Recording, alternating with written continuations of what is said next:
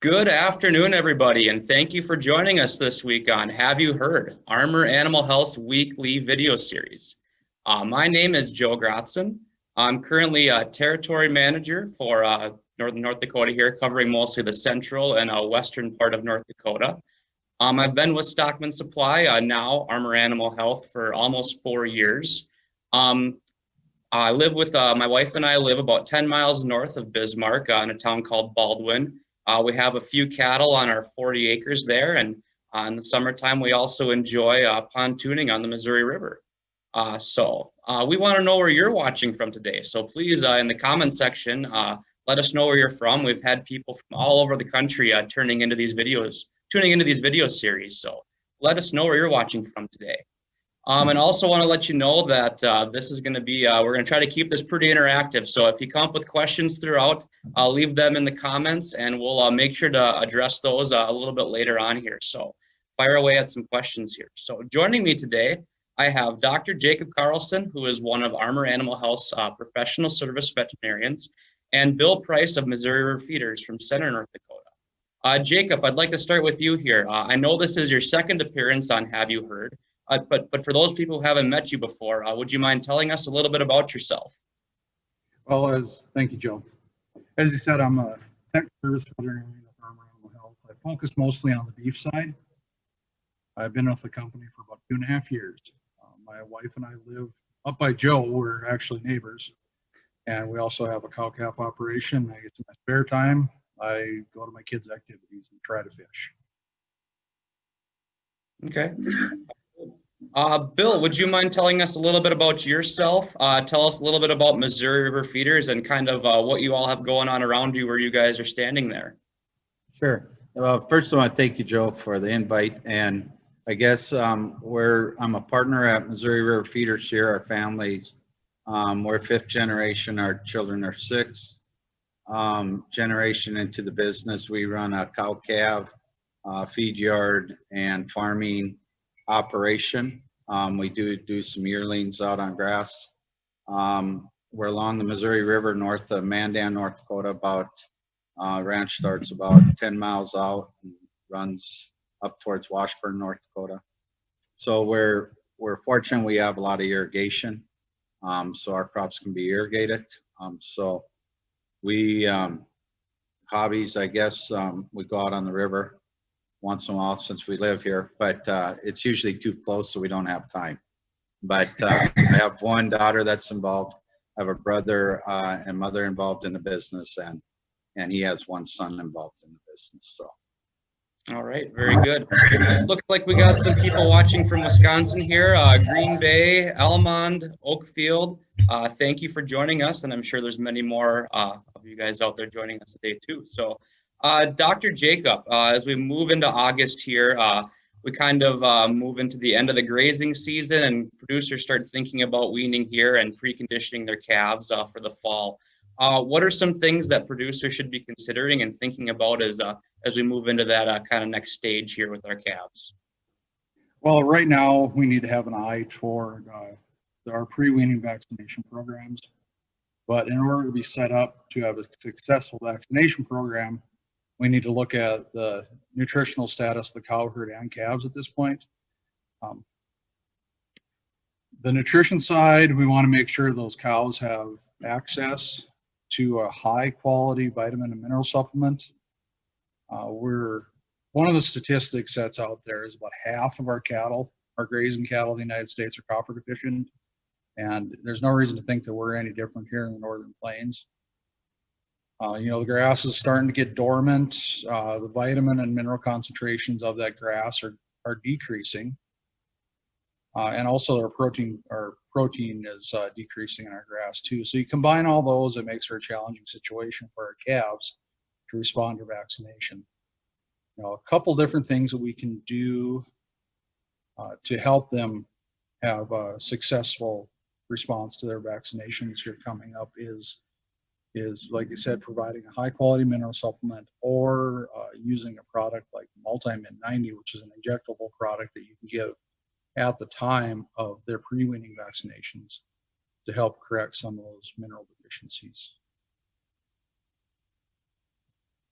Now we talked about the 3 weeks prior to weaning as kind of the ideal time to vaccinate these calves. We'll want to use our cornerstone vaccines on a pre-weaning program are a 7 or 8 way Clostridial vaccine, a 4-way or 5-way modified live viral vaccine, as well as a vaccine against bacterial pneumonia, typically Mannheimia or Pasteurella. The other thing that we really need to consider is using effective parasite control at the time of pre-weaning. Parasite loads will suppress calves' immune systems pretty profoundly, to the point where it's difficult for them to respond to vaccines, as well as it decreases their appetite. The products we will often use in this part of the country are like a Dectomax injectable product. There's numerous porons available, such as Dectomax poron, Ivomec, Cydectin, and Eprenex. Very good. A lot of good tips there. A lot of things to keep in mind. Bill, having heard Dr. Jacobs' response there, is there anything you'd like to add? And then kind of in particular, getting these calves ready for a feedlot setting such as your own there, things we need to consider. You know, I know mineral is very important, like Dr. Carlson said. Mineral is a program that is probably kind of unutilized in a lot of places because of cost. But it is very important as we get these calves in, and when you're vaccinating, they respond a lot better. And you can tell the cattle that come into a feedlot setting once they've been on a strong mineral program. So that's helped a lot. As far as pre-weaning, that the vaccination program is very important. It's hard for the producer to see value in that a lot of times, back to the feed yard, but feed yards do figure that in. So we do like to see pre-wean calves with vaccination, good vaccination program. And if they do, we do have a tendency to pay more for those calves. Because it comes to the end, it's all about dollars and cents to the rancher, but for us, it's survivability in those cattle. Sure. Okay. Well, again, I want to take a moment to remind our viewers to ask questions in the comments there. It does look like we have someone wondering, will this be recorded and available to watch later? Yes, it will be available on our Armor Animal Health Facebook page, as well as our YouTube channel. So if you're not able to join us live today, feel free to watch it on either of those platforms. So, Dr. Jacob, talk about some issues that producers can come across in weaning here. In particular, maybe some illness issues, and what can producers do to overcome some of those challenges? Our biggest one we see is respiratory disease, and that's what we're trying to cover with our vaccination programs. You know, the deworming is important. I like to see a fecal sample taken at the time of the pre-weaning shots and look at that for presence of parasites. One of the problems we see every single year is coccidiosis in newly weaned calves. You know, we can detect them on a fecal sample, either pre-weaning or weaning, and it's a lot easier to prevent than it is to treat. Once you have it, it's expensive to treat, and it also suppresses that calf's immune system. So the products available, you know, Bovatec is a good product on newly weaned calves. Rumensin is commonly used. Another product called Corid, which can be fed for 5 days starting at weaning, and that seems to be very effective in cleaning up these cattle from coccidia. All right. Bill, is there anything you'd like to comment or add on to Jacob's answer there? You know, Dr. Carlson touched on one important part is the coccidiosis in these cattle. When we commingle cattle and bring in several hundreds of groups of cattle from different parts of the region, and they commingle, and we see that more and more lately of coccidiosis in these calves. So we do treat for them here to a certain extent, but one of the things the rancher producer has to be careful with is if he's in a specialty program, because we've had this done before, and they feed the wrong product. So they should consult with their veterinarian or their nutritionist on which products go into these programs, because if they're in a specialty program like a GAP or a B&B, Verified Natural Beef, or an NHTC program, they could be easily kicked out of the program. So it's important these producers maybe touch on that and review it first before they go ahead and feed it. And we actually look at the labels, and if we ask if the cattle are in a natural program, and we can provide letters of certification that the feedstuffs that or supplements we provide meet the program's requirements. Sure, absolutely. Some good things to keep in mind there, and making sure you kind of know how you're marketing your calves and sticking to that plan. So it's some good points there. Dr. Jacob, could you talk a little bit about producers that are potentially thinking about backgrounding their own calves? Kind of maybe just what backgrounding is, and then maybe some factors to consider when deciding if maybe backgrounding their calves is a good option for them or not. Sure, Joe, I sure can do that. What I like to see producers do when making a decision to background their calves is to really do a solid economic analysis, whether it's something that they're are willing to do. You know, there are a lot of operations that just calmly background their calves. They do it every year. They don't really look at the economics of it. But doing a economic break even, looking at you know, the cost of those calves in, you want to assign those calves a true cost. You want to look at your actual feed costs and any supplements, your vet bills, your interest on your, if you have a loan on those cattle. There are some web-based tools that are readily available to help with your decisions. The one I use is it's from Iowa State University Extension, and that really lays it out well, what you need to get out of those calves to at least break even. Mm-hmm. I think we might have a visual of that sheet that you were talking about there, and we'll put a copy of this in the comments for you guys to take a look at too. But this is just kind of one example that Jacob had mentioned as kind of a budget or a tool to kind of pencil out if maybe backgrounding is a good option for you. And like you kind of mentioned, year to year things kind of change and are different. So it's definitely something you want to look at each year if it's a good option or not. Bill, is there anything else you'd like to add as far as producers are thinking about backgrounding their calves? You know, backgrounding is a good option for producers with excess feed or poor roughage that they can't market through one of the grain terminals or a neighbor or something, and they can run it through their own cattle is a good option to have. But like Dr. Carlson says, you want to make sure you do the math and make sure it works. Look at the market price today, run a projection and see if it makes sense. But it does add value back in pounds of beef. So the more pounds of beef you can put on at a cheaper cost of gain, the rancher might as well do that. Why, you know, it's something you're giving away sometimes to the feed yard. Do it yourself maybe, but the key to it is do about a 1.5 to 2 pound gain. Don't get them too fat, because if they're too fat, then they usually get discounted. So we don't want them greasy fat, but you want them at a nice condition, and it's an opportunity for the producer. Sure, yeah, absolutely.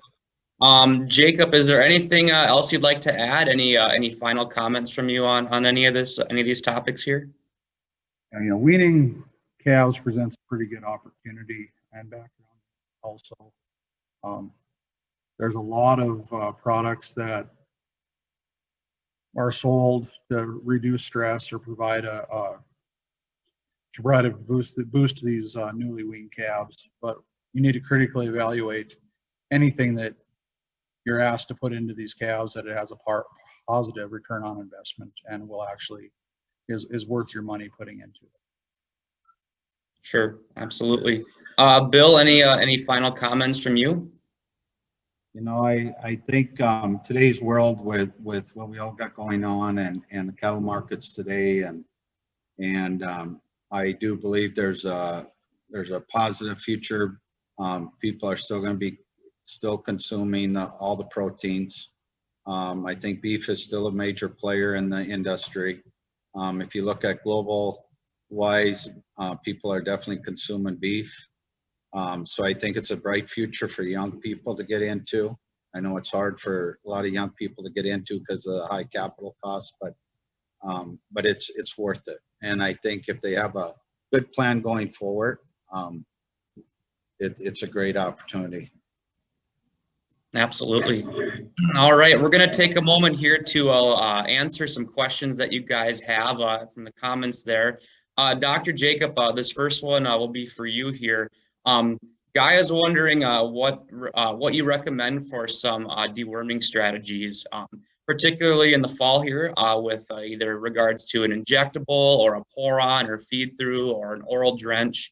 Do you just want to touch on some of the factors if guys are trying to decide what they want to do for their deworming strategy in the fall? Well, the number one thing is you want a product that's safe and effective, and we have numerous products like that on the market. A common thing that we'll see is using Dectomax injectable in combination with like a white wormer, which like a Safeguard or Velbazin or Synanthic. Those are all good options. The high quality pour-on products, the name brand ones such as Dectomax or ivermectin, seem to still be doing a pretty good job on internal parasites also. It all depends on kind of what your labor situation is, and there's cost is a factor too, but the economic data on deworming is pretty good. It does provide a positive return on investment. Bill, do you have anything you'd like to add, or anything you guys do for deworming or in the fall, or anything you like to see on incoming cattle? We do deworm here. We go off our veterinarian's recommendation. We do use dewormer here in the fall. It's just great if producers would do it also. We still do it no matter what when they come in, but it really helps the cattle get a good start. Sure. Okay. James has a couple questions here. What is your optimal weaning age, and do you worry about maternal antibody interference at this age at all? I guess I'll kind of start with you, Dr. Jacob. Is there a certain age that we prefer for weaning calves, or what kind of factors do we want to consider with that? Well, I mean, calves can be weaned anywhere from 3 months of age up until 8 or 10 months of age. Very common age that we'll see calves weaned in this part of the country is about 205 days, which is approximately 6 to 7 months of age. On younger calves, we can see some effects of maternal antibodies, but usually once they hit that 3-month mark, those antibodies have come down enough where our vaccinations are not going to be interfered with. Sure. Okay. And then James was also wondering, when handling pre-weaned animals, how do you keep the stress on those animals to a minimum when running them through a chute? Would you have any tips or suggestions at all on kind of keeping that stress level low? I know you mentioned that's pretty important when getting them to try to respond to some of these vaccines and other things. So do you have any tips for them at all? Well, one of them is select the people that are helping you very well. You want people that are calm and collected, that don't get the cattle riled up. What I like to see is very judicious use of cattle prods or hot shots. I really like to see them kept in a pickup or somewhere else where if you need it, you can go get it, use it, and then put it back. I don't like to see people walking around with a hot shot in their hands. Cattle will, if you have a calm demeanor and you handle them gently and quietly, they usually respond pretty well to that and are quiet themselves.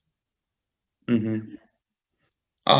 Anything to add to that, Bill, or when you guys work cattle, any tips or suggestions at all for keeping the stress to a minimum? Yeah, like Dr. Carlson kind of hit it on that, but we are very cautious about that, moving the cattle. In our facility here, we bring them in, we bring them around in a circle. 2 people can work 1,000 head in one day here, and very minimum. Nobody's yelling. They stay very quiet. There is no hot shots here. We don't believe in them. If you want, you can maybe use a flag or a paddle, but they're very seldom used here. We try to work the cattle very slowly, but and let them kind of, let them move through this system as they feel. So it's a lot in your design. So if you got a poor design, the cattle will move a lot harder. If you got a good design, the cattle will move a lot nicer for you. And Sure. it's very important on the cattle, because you start bruising cattle, it's just not acceptable. So. Well, that kind of ties into a question from Leslie here. She was wondering what you kind of have in the background there, and maybe you can kind of tie that into touching on your working facility there, or maybe just let us know kind of what kind of setup you guys have or what seems to work for you guys. Sure. We have a system here that we made out of production pipe. Would be on Jacob's right-hand side here, and then it goes around, and then we have a silencer set up, a silencer chute, and then double alley, and then the hydraulic gate moves with hydraulics. So the people standing at the chute working don't have to be out there. The cattle come up, they get hydraulic gate moves them in real slowly and quietly, and it feeds really nice. So that's kind of our system here, is that we use, we've tried many different systems over the years and found this system right today to be the best. Now they keep coming out with new technology all the time, and of course, depending on what you want to spend on it, but there's a lot of good systems out there today though. And so this was the system we picked at the time, and so it's worked well for us. Sure. Dr. Jacob, Angela is wondering when the best time is to booster your vaccines. Should you do it after weaning or right away, or kind of touch on some of the timing on some of those events there and when it's best to booster from your initial vaccine or preconditioning shot? So in the past, and actually fairly recent past, we say, do your pre-weaning vaccinations about 3 weeks at a time. Then when you wean them, do your booster vaccination. The thoughts have kind of changed on that, where if we have pre-weaned calves and you bring them in on the day you wean them, let them settle down, let them, get a good drink of water, let them rest, let them get a belly full of food. And you may want to wait 2, 3, 4 days after you wean them to do their booster shots, or maybe even longer. It just depends on how the cattle are. And that's really been something that's changed in the last few years, is actually giving them a rest period following the day of weaning to get acclimated to their new surroundings. Sure. Okay. All right. Well, it looks like that's kind of all the questions we have for today. If you think of something else and you still want to drop it in the comments there, we'll certainly go back and get to those after the video here. So again, I want to thank Bill Price with Missouri River Feeders and Dr. Jacob Carlson for being a part of today's live stream. We hope you learned something today that can be applied back to your own operation. And please feel free to share this video with your friends or anybody else. The more viewers, the more we can get out there, I guess, and be helpful for you guys. So just another reminder, I know I mentioned earlier, but this video has been recorded. So if you want to go back to our Facebook page at all, or our YouTube channel and view it, it'll certainly be there for you guys to view.